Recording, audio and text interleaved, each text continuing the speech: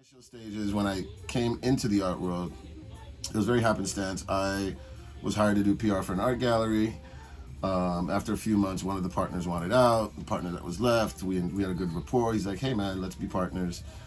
We became partners. I didn't know anything about art. I mean, I know who Picasso was, but I didn't know who Picasso was. So, it was a huge learning curve for me. But with my background in marketing and sponsorship and publishing and events, I had a different perspective of how to present things in the art world. Because even now, the traditional four white walls of a gallery is it's just boring. I have no interest in that at all.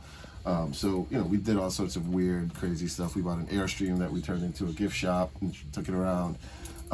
We do shows in weird places like tractor trailers, and that became kind of our go-to for a project that was called Anonymous Gallery.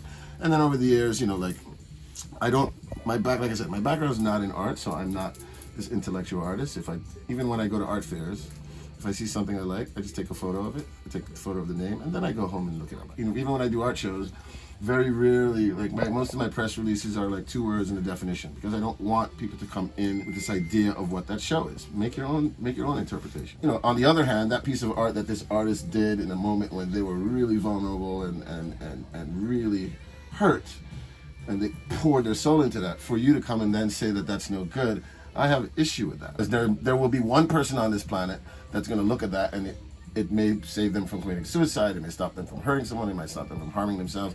I can look out here and look at Lacey's wings. I could be having a really shitty day, and then I look at the wings and think about the process that it took her to cut out each individual piece of colored paper to make that wing, and it's just like, wow. I also am not an artist.